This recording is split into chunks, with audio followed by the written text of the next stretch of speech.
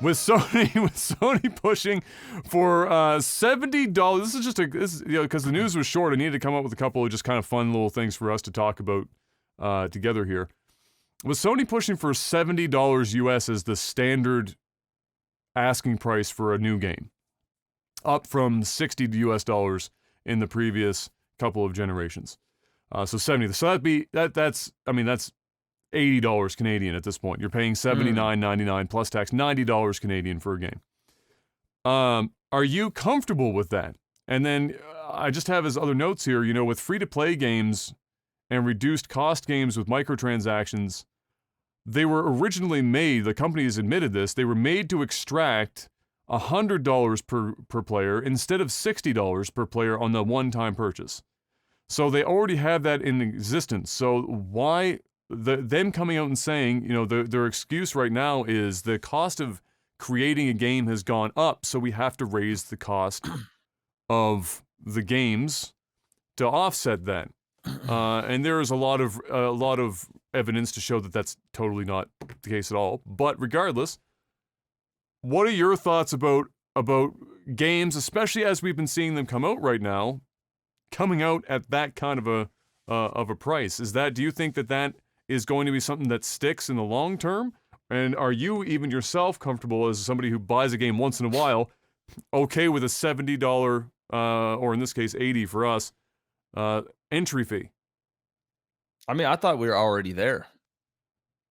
Yeah, well, they started about a few months ago. Sony just dropped their first AAA title, like in-house stuff was there. So we're starting to see more and more of them. Obviously, people will follow suit. That was what people knew it was coming. I mean, I think the last two games I bought were like almost $100 each. I'm pretty sure. Like, I know The Last of Us 2 I bought was like almost $100. I don't know what other one I bought. I think that was one of Sony's first ones that they did the full thing on was The Last of Us 2. Listen, I got, honestly, I don't, at this point, me spending $80 on a game, opposed to, what was it before? Like $60? Still $60 plus tax, right? Yeah. I mean, the difference between $80 and $100 for a game, it's whatever to me personally. Yeah. I know the $20 difference to some people is a lot of money, but chances are if you're spending $80 on a game, you're going to spend the $100. I don't think that is going to deter too many people from not buying the game they want. Yeah, it's a shame when you see the price of games going up so much, but everything else is going up. Like everything. Like the cost of living, go buy groceries, put gas in your car. I mean, it is 2021. We have had games essentially the same price for like 2 generations. It felt like, no joke, like from late Xbox 360 or like PS3 all the way till now. It's been the same price. So if it goes up an extra, 10%, 15%, it's not really the end of the world, at least for me. And I only buy so many games anyway. So for me, it's whatever. I also think the fact that you do have things like Game Pass and you're spending monthly, it kind of makes sense that games are getting a little bit more expensive. It kind of doubles down. Like you almost, it could even almost work in their favor where they're like, you know what? Hey, we got Game Pass and that is what it is. Works for Microsoft, doesn't work for Sony. It doesn't work for Sony, but for Microsoft, it's like, hey, yeah, our games are a little bit more expensive, but you can also just get Game Pass and save yourself even more money. It's like psychologically, they're like they're swindling you because they go, hey, Xbox games are going to go up to $100 a pop if you live in Canada, or you can just buy this Game Pass and play it on day one.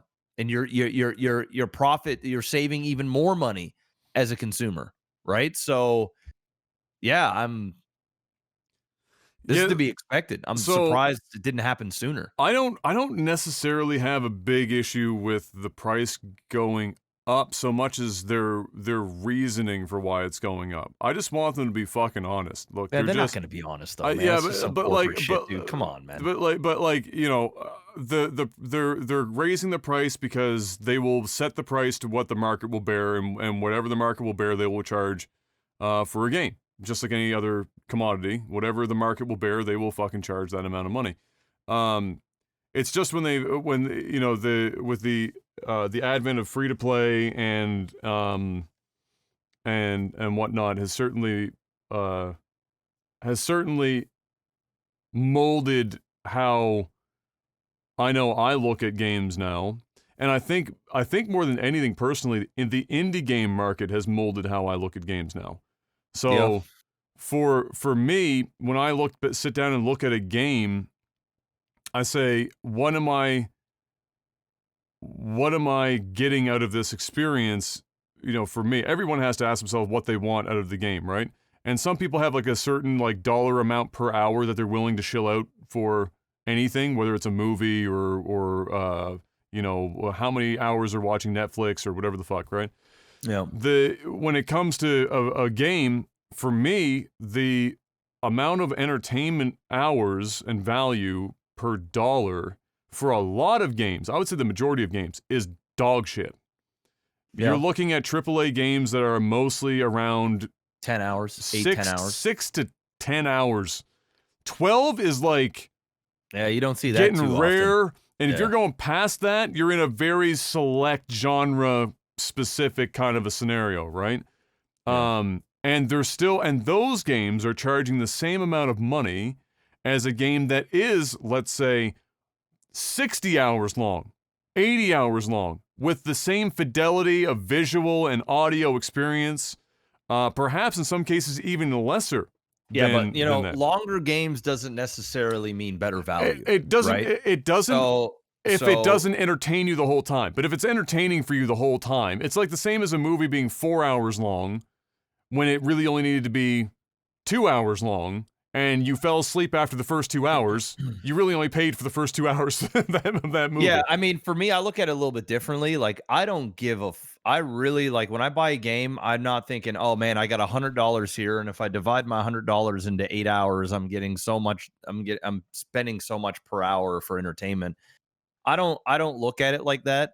If I want a game, I'm just gonna buy it, and overall, it's either my experience is good or it isn't. And that equates to if it was worth my money or not. I'm at the point in video games where I just spend the money to buy a game, and I would say 80% of the time I don't even play the game. Like I'm not even joking. Like I have more games than not where I've purchased a game and I've never played it. Like Elder Scrolls Online, I bought like the Imperial or the whatever edition that they had out when it first came out. Never played it. The new Star Wars game that they had that was like sort of Dark Soulsy, bought it, never played it. The Resident Evil 3 remake, bought it, never played it. I mean, it just goes on and on. I mean, I could name, if I go on my Steam account right now, I could name 30 games that I bought and never played. Hey, listen, I know I'm different than most people. Most people will buy their games and play them. Probably play some of it. Probably play some of it. Yeah. But like the way I look at video games is like the way I look at movies. I'm spending a bit of money. I'm at the point where I can go to the movie theater. I know it's going to cost me $80 to take me and my wife out there, get popcorn, drinks, get a good seat, good tickets or whatever, and I'm spending $80. I don't even look at it as I'm spending $80. I just look at it as I'm going out to have a good time. And as long as it's in that reasonable budget, it's like when I go out to eat, right? I go out to eat and I don't, if I spend $120, $130 on a meal, as long as I enjoyed the meal, it's okay to me. Like the difference between me spending $130 on a meal and $200 on a meal, it's whatever. As long as my experience is good, then I'm not going to bitch about it. If my experience isn't good, bad service, bad food, whatever, I'll just never buy that. I'll just never go there again.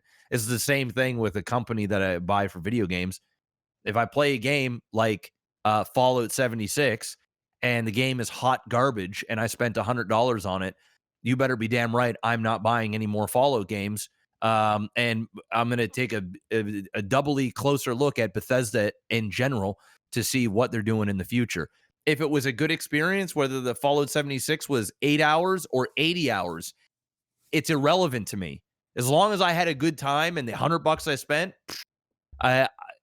I'm there to support the cause. Like, that's how I look at it. I don't know. Maybe not every, and I'm sure well, everyone has different. That's why I said everyone has Yeah. different metrics, right? For like what they consider. So for me, I fall somewhere in the middle. I'll say that like you, if it's a good experience, it could be a 3-hour long game, and if I had a great time, then usually I'm okay with that. But there is for me there is a dollar amount where I say, okay, I feel like I'm getting fucking fleeced here. Like if I played a 3-hour game and it was fucking god tier, like let's say Journey, one of the few games I've ever given a perfect score for my review system.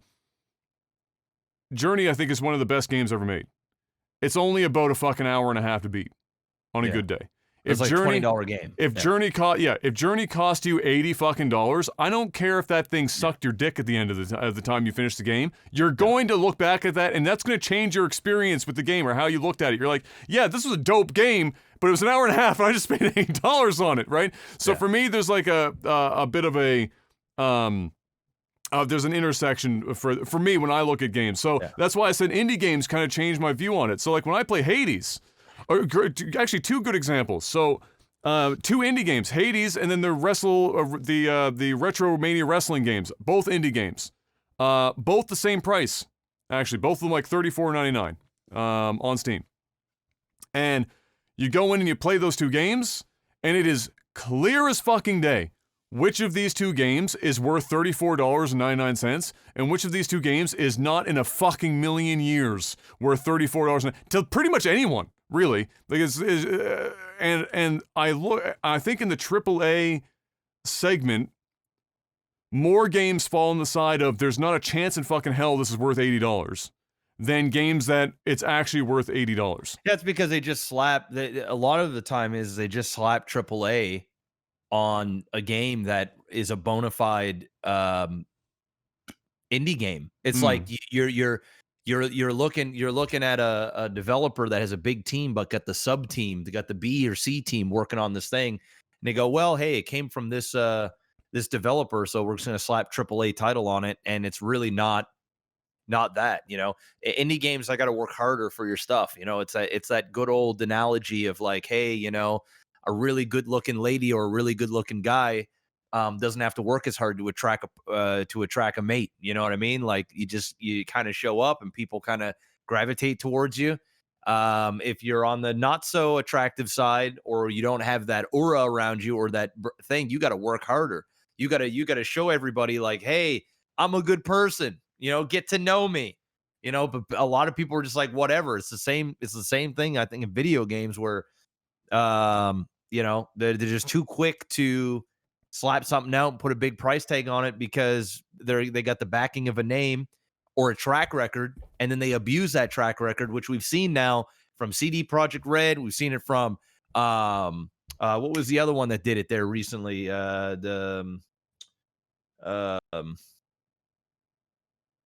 another one. There was another developer that also went tits up, did some dumb shit. And wait, CD Projekt Red. No, they are the ones that did what's it called? The Witcher, right? The Witcher. They did Witcher. Okay, so it is them. So yeah, they had the good grace, right? The good. Yeah, that's what everybody was saying. Hey, it's the makers of The Witcher. What could go wrong? Yeah. Right? Wait, what could go wrong? It's got the history. Yeah, everything can go wrong, right? To your point about if you enjoyed it, then it's fine. When it comes to free-to-play games, I think that's why they can oftentimes make so much more money for a developer than a single purchase. When somebody buys like a single purchase $60 game, they know that they've already spent $60 on it. They feel like they've already spent their money. That's it. If you give somebody a free-to-play game and they start playing it and they really enjoy themselves, and you give them a bunch of like smaller microtransactions, there's a reason why people will spend $100 to $120 instead of $60. And it's because they enjoy their time, they feel like they're getting their value, and they're willing to part ways with it. But if you they can choose, and they can specifically choose in game what they want to buy and what they don't want to buy. Yeah, like when you go to the store, you get or if you're downloading the game on digital, you're clicking a purchase now button, and that's it. Or if you're in the store, And you don't know if you're going to you like the hold- game yet. Exactly. It's a crapshoot, right? You look at the back, you look at the pictures. Maybe you've done watched a review. There's no on demos YouTube. anymore. There's nothing. So it's a crapshoot. So sometimes, people often then when they spend their money, they go in with an expectation that like, hey, I spent my hard-earned money. I'm expecting to have a good time. Yeah. When the good time doesn't happen, that's when they go, what the fuck? And they get extra mad. And they're like, screw this. And they feel like they got ripped off or they didn't get value. With the free-to-play and the microtransactions, people can go, they don't have a gun to their head saying, hey, if you want to play, you got to do this. Now, some games are egregious with it, and they're like, it's pay to win. But gamers see It's through still that up shit to so you. easily now. And you can still, exactly. You didn't pay anything to play the game to begin with. So if you don't like it, you just don't play. And You didn't lose anything. You lose nothing. Yeah. You might have lost your time that you spent a little bit of time in there. But I'd rather lose a little bit of time than lose a little bit of time and my $100. Yeah, exactly. I mean, you know what I mean? So That's a big difference. it's a huge difference. It's a huge, and you'll notice people will spend more money on microtransactions when they want to spend it, opposed to being told you have to spend this to do it. Because then people start thinking, what's the catch? We're waiting for the other side of the coin to flip. Yep. And when they realize that it's not what they signed up for, then it's a bad time. Yeah, so, there's a reason. I'll end it on this, the little note that I have here. So when Call of Duty originally, when Fortnite became a thing, and then Call of Duty's first attempt to break into that market was Blackout. And Blackout was a fucking massive failure. That was an absolute mess. And it was a mess for a couple reasons. I mean, for many reasons. But in this regard, it was a mess because they locked it behind a paywall. You had to buy the main game to get access to the Battle Royale mode. Yeah. And it failed miserably. They immediately 180 that shit and come out with Warzone next, make it free, and they were so concerned that this was going to hurt the main game sales that they took it to their stake and shareholder meeting and said, hey, you should expect somewhere between 10 and 15% lower sales of the main game because we think Warzone is going to be so popular that it's going to cannibalize the sales of the main franchise. And just be prepared for that. And so they went out, they released Warzone, and against all odds, because they were smart about it, they put some guns where they said if you want to unlock them for Warzone, you got to own the main game, but you don't have to. It's not like these guns are a necessity to play Warzone with. But if you want that shit and you see somebody else have it, you're like, where the fuck did you get it? Well, you get it. Own the main Call of Duty game, and you play the multiplayer over there. You unlock it, you bring it over to Warzone. But the result of that is they actually had like a 30 to 40% increase in sales of the main franchise off of Warzone's back. And that is no small fucking potatoes when you know that Call of Duty sells somewhere between 20 and 30 million copies a year.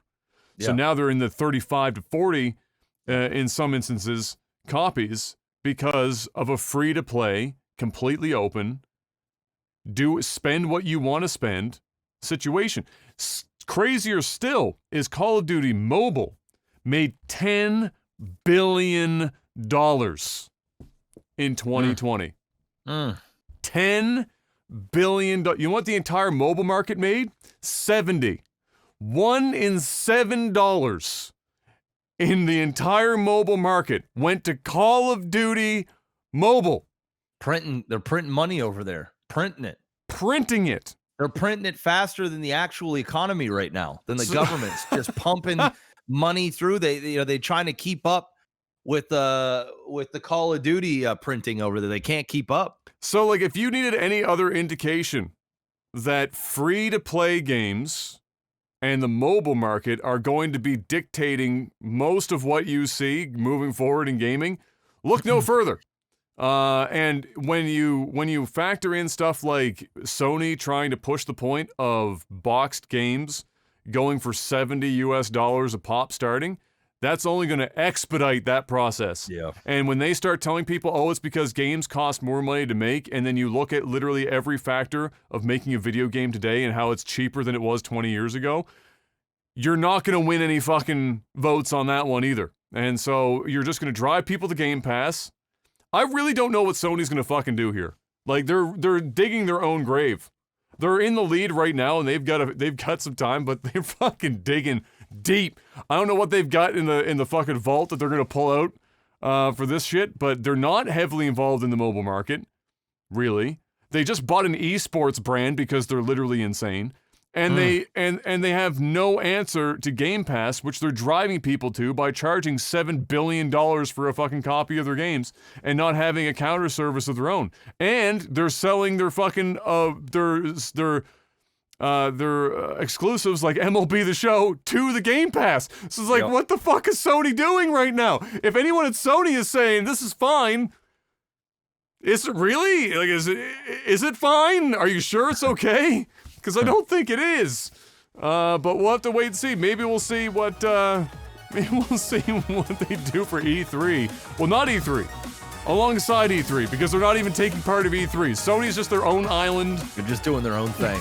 They're doing their own thing. We'll see if it works.